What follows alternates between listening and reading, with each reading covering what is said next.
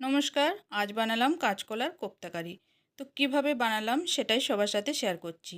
প্রথমে কাঁচকলাগুলো কেটে আর একটা আলু দিয়ে সেদ্ধ করে নিলাম প্রেসার কুকারে 2টো সিটি দিয়ে।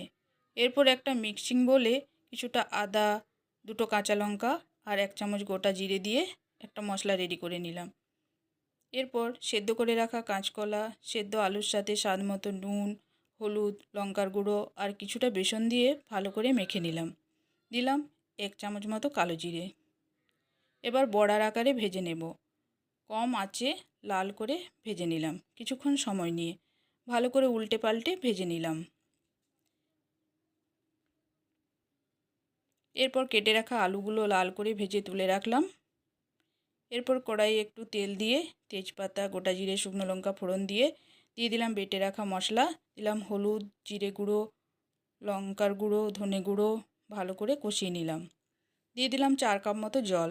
জল ফুটে এলে দিলাম স্বাদ মতো নুন আর একটু চিনি।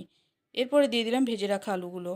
এবার মাঝারি আঁচে 10 মিনিট মতো রেখে আলু সেদ্ধ হবার পর কাঁচকলার কোপ্তাগুলো দিয়ে আরও 5 মিনিট ফুটিয়ে নিলাম মাঝারি আঁচে। শেষে গরম মশলা আর একটু ঘি ছড়িয়ে নামিয়ে নিলাম। তৈরি আমাদের কাঁচকলার কোপ্তা কারি।